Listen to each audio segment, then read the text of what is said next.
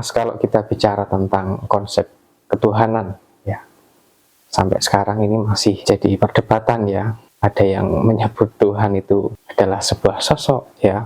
Nah, kemudian tentang kita berdoa juga, Mas. Nah, ini kan kita berdoa berarti memanjatkan, meminta ya. Kemudian doa itu akan diterima. Kemudian Tuhan mengabulkan. Apakah benar, Mas, konsep berdoa yang seperti itu, Mas? Kita kirim doa, kemudian Tuhan membalas.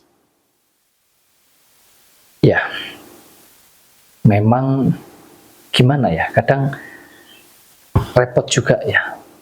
Tapi kalau kita mau menyadari mungkin nggak repot juga, Mas ya.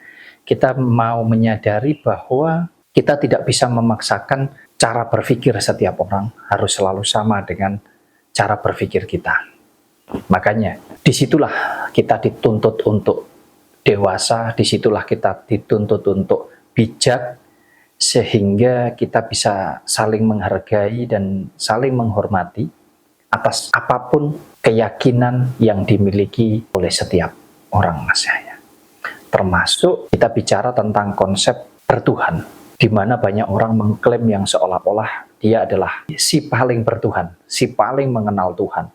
Hanya karena, mohon maaf ya, mungkin hanya karena agama tertentu misalkan. Itu monggo-monggo saja, itu hak setiap orang. Tetapi saya sering sampaikan bahwa kalau kita membicarakan konsep tentang bertuhan, kemudian kita membayangkan seperti apa yang diajarkan di suatu agama ya, bukan berarti salah, bukan, tetapi kita juga harus pandai juga di dalam menelaah ya, di dalam kita mencerna, di dalam kita mempelajari tentang kehidupan ini, di mana diajarkan di agama-agama itu seolah-olah Tuhan ini dikonsepkan adalah sebuah wujud ya, sebuah wujud, sebuah makhluk, sebuah sosok yang seolah-olah juga kayak bisa ditemui gitu, Mas Yahya. Ya. Nah, karena apa? Karena menurut saya, ya ini menurut saya secara pribadi, saya rasa Tuhan bukanlah sebuah wujud ya. Oh, yang memberi nama Tuhan aja ya kita manusia. Nah, kemudian kalau kita bicara tata cara, aturan, tentunya Tuhan tidak pernah membuat aturan. Yang membuat aturan manusia, yang melanggar manusia, yang berusaha memperbaiki ya manusia itu sendiri, Mas Yahya. Jadi apapun yang kita jalankan di dunia ini sebetulnya hasil atau karya daripada pola pikir manusia, Mas Yahya. Nah, selebihnya konsep bertuhan itu hanya sebatas keyakinan saja, yang mana secara ilmiah tidak akan mampu dibuktikan oleh siapapun. Jadi konsep bertuhan hanya sebatas keyakinan ya, atau keimanan saja, Mas Yahya. Dan itu adalah mutlak hak setiap pribadi atau setiap individu. Yang lain nggak punya hak untuk menyalahkan ataupun membenarkan. Itu sudah urusan masing-masing begitu. Kalau kita mau tarik ke urusan doa ya, seperti yang Mas Yahya tanyakan tadi. Apakah benar bahwa doa itu adalah tentang memberi dan menerima? Ya, atau tentang kita mengirimkan kemudian ada yang menerima, seolah-olah Tuhan menerima doa kita. Doa ini adalah apa ya istilahnya, permohonan, kan begitu ya Mas Yahya. Nah, kita mengirimkan permohonan, kemudian Tuhan menerima permohonan kita. Nah, ada juga yang tidak diterima. Kalau yang diterima seolah-olah nanti dikabulkan, kan begitu. Jadi diterima dulu doa kita, kemudian dikabulkan. Yang nggak dikabulkan berarti doanya nggak diterima, kan begitu ya Mas Yahya. Seolah-olah konsepnya begitu. Kalau saya mau sampaikan bahwa kita bicara urusan kita dengan Tuhan kan urusan keyakinan. Jadi tidak ada, Mas Yahya, doa itu kita kirimkan, kita sampaikan, kemudian Tuhan seolah-olah mendengarkan itu, atau mungkin Tuhan menerima itu atau menolak itu, dan kemudian Tuhan mengabulkan atau bahkan Tuhan tidak mengabulkan. Tuhan ini kan sudah tersedia, istilahnya begitu. Ibaratnya energi ya, energi atau sumber kehidupan yang kita sebut sebagai Tuhan ini sudah tersedia. Kalau sudah tersedia, artinya kita mau menggunakan itu untuk yang baik, untuk yang benar, atau kita gunakan hanya sebahagian kecil, atau kita gunakan secara maksimal sebagian besar, semua kan ada di kita yang menjalani hidup ini, Mas Yahya. Jadi konsep di dalam doa kepada Tuhan itu buat saya Sebetulnya mungkin bisa dikatakan kita ini meminta terhadap diri kita sendiri. Mungkin begitu, secara sederhana. Kenapa? Karena yang punya ukuran keyakinan di dalam diri kita, itu adalah kita masing-masing ini Mas Yahya. Bisa jadi doa yang saya baca mungkin sama dengan yang dibaca Mas Yahya. Tetapi tingkat keyakinan antara saya dengan Mas Yahya bisa jadi berbeda. Sehingga kalau keyakinannya berbeda, itu akan mempengaruhi jalan kehidupan kita di dalam kita mewujudkan doa itu. Jadi bisa dikatakan bahwa doa ini sebetulnya kita yang mengucapkan, ya, kita yang menyampaikan kepada siapa? Ya sebetulnya kepada diri kita. Ngomong-ngomong dewe kok Mas Yahya, iya kan? Kita bicara sendiri di dalam diri kita, ya, di dalam kehidupan kita. Kita sampaikan semuanya. Sedangkan doa itu sebetulnya kan ungkapan daripada apa yang kita pikirkan, Mas Yahya.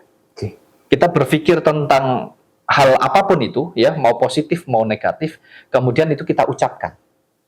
Nah, tolak ukur kita khusyuk atau tidak, ya, tolak ukur kita fokus atau tidak di dalam menyampaikan buah daripada pikiran yang kita sebut sebagai doa ini tadi, tolak ukurnya ada di mana, Mas Yahya?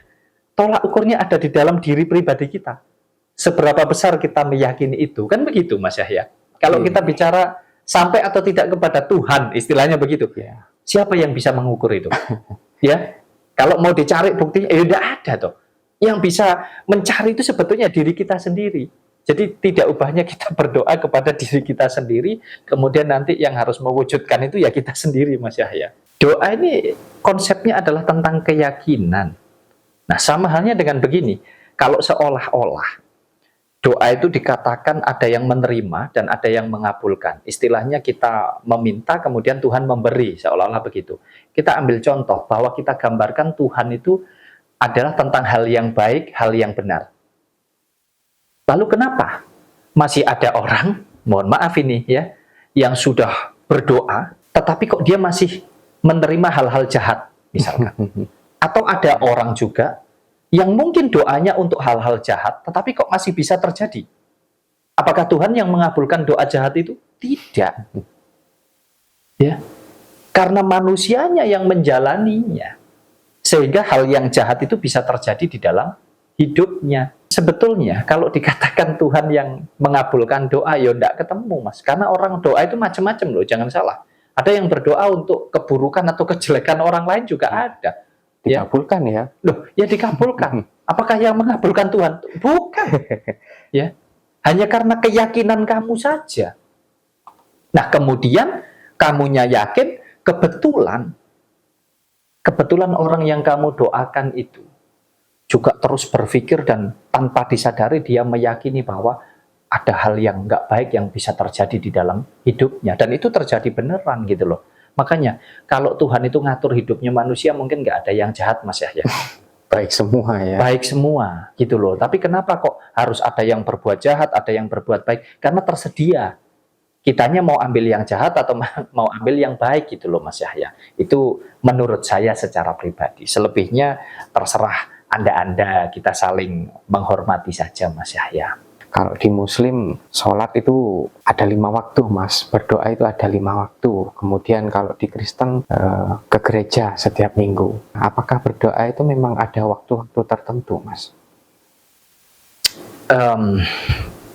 Saya sering katakan bahwa Tuhan itu tidak ada di mana-mana. Ya, Tuhan itu ada di dalam diri pribadi kita. Di mana kita meyakini bahwa Tuhan itu ada, ya di situ Tuhan berada. Ya, jadi dimanapun kita berada. Kalau dibatasi oleh waktu, mungkin seperti yang dimaksudkan Mas Yahya, itu kan bagian daripada tata cara ya yang ada di suatu agama. Mau itu Hindu, Buddha, Kristen, Islam, apapun itulah ya. Tetapi kalau kita bicara tentang doa, saya rasa doa ini bisa dilakukan kapanpun, Mas Yahya. Tanpa terbatas waktu, tanpa terbatas ruang dan tempat, dimanapun. Nah, balik lagi. Tuhan sudah ada di dalam diri kita. Tinggal apakah kita mampu masuk di dalam keyakinan akan hal itu, ya, di dalam keimanan kita kepada Tuhan kita atau tidak. Jadi Tuhan itu sudahlah, Tuhan itu tidak lagi saya tidak memaksakan ya, maksudnya saya tidak mengarahkan yang lain untuk harus percaya dengan apa yang saya katakan, tidak. Tetapi maksud saya begini, kita kan terus belajar ya, terus belajar di dalam menjalani hidup. Selebihnya jalani semuanya ini sesuai dengan keyakinanmu. Nah, keyakinan itu kan ditunjang dari apa yang kita pikirkan, kita percaya diri atau tidak, kita nyaman menjalaninya atau tidak, gitu loh Mas Yahya. Kalau Mas Yahya merasa nyaman ketika berdoa harus dengan sholat misalkan, ya selesai sholat Mas Yahya memanjatkan doa, ya silahkan saja. Selebihnya mungkin untuk umat agama yang lain juga demikian, sama. Ya, jadi doa itu saya rasa kapanpun, dimanapun tidak jadi masalah. Yang terpenting adalah keyakinan iman kita. Banyak sekali tuh Mas yang percaya. Nah, kayak doa tengah malam ya, itu katanya waktu yang bagus ya. Katanya doanya itu akan lebih mudah dikabulkan. Banyak sekali juga tata caranya ya, ada sholat tahajud, kalau di muslim sholat hajat ya. Nah, ini apa memang benar Mas? Kalau doa tengah malam itu doa kita lebih mudah dikabulkan, lebih mudah terwujud apa yang kita inginkan? Kembali lagi, tentang konsep bertuhan, tentang konsep doa, ini kan sebatas keyakinan toh Mas Yahya. Jadi saya rasa tidak terbatas waktu, tidak terbatas ruang dan tempat. Termasuk juga tidak terbatas dengan bahasa. Nah, kalau bicara tentang doa tengah malam, sholat tahajud, ya, macam-macam orang ingin supaya doanya itu dikabulkan itu. Saya rasa kembali itu hanya sebuah tata cara. Ya. Nah, tata cara itu yang menciptakan ya kita manusia, Mas Yahya. Makanya, itu semua kalau kita mau tarik benang merahnya, itu kan kembalinya sebetulnya tentang kenyamanan, Mas. Ya, balik ke kenyamanan. Bagaimana kita bisa menjalani itu dengan nyaman. Kalau nyaman kita jadi percaya diri. Kalau percaya diri kita jadi yakin gitu loh Mas Yahya. Nah, tolak ukur keyakinan jelas berbeda-beda setiap orang. Mungkin ada 100 orang sama-sama sholat tengah malam, ya belum tentu semuanya bisa doanya terwujud, kan begitu. Betul. Nah, kebetulan juga memang kalau buat saya secara pribadi, saya memang lebih senang doa itu di tengah malam memang Mas Yahya. Nah, tetapi saya punya alasan. Bukan karena Tuhan itu hadir di tengah malam, itu bukan. Bukan karena doa itu tengah malam lebih mudah dikabulkan, bukan juga Mas Yahya. Karena saya meyakini doa itu ya sebetulnya saya panjatkan kepada diri saya sendiri sebetulnya tanpa kita sadari. Kalau kita yakin bahwa Tuhan itu ada di dalam diri kita gitu loh. Ya, jadi bukan tentang memberi dan menerima tadi. Nah, saya lebih senang itu doa di tengah malam, Mas. Alasannya kenapa? Jelas, alasannya adalah, oh situasi di tempat saya itu sudah hening, Mas Yahya. Sudah sunyi, sudah sepi. Anak saya sudah istirahat, sudah tertidur. Istri saya sudah tertidur ya, keluarga kita sudah istirahat semua. Kemudian kita ambil waktu ya untuk kita berdoa, atau kita bahasa Jawanya itu mungkin nyawiji karo Gusti ya Mas Yahya ya, masuk ke dalam kehidupan kita yang pribadi, kita tanggalkan tentang pola pikir manusiawi atau duniawi kita. Nah, ini kan hanya sebatas masuk di dalam kenyamanan sebetulnya Mas Yahya. Saya bisa lebih fokus ya. Kalau orang semedi itu istilahnya bisa lebih konsentrasi gitu loh Mas Yahya. Nah, itulah sebabnya saya lebih senang doa tengah malam. Jadi kalau masalah lebih mudah dikabulkan atau tidak, ya kembali kepada kita lah, yang mengabulkan siapa. Kamu berdoa atau enggak mewujudkan itu ya enggak akan ketemu.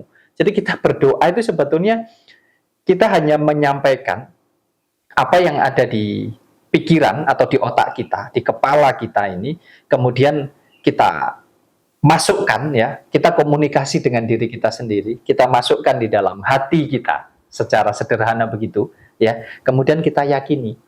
Nah, kalau sudah yakin, apakah bisa tiba-tiba doa itu terus terwujud Mas Yahya? Ya enggak. Keyakinan itu juga harus ditunjang. Ditunjang oleh apa? Ditunjang oleh pola pikir lagi, bagaimana kita mewujudkan itu semua. Kembali ke sana Mas Yahya.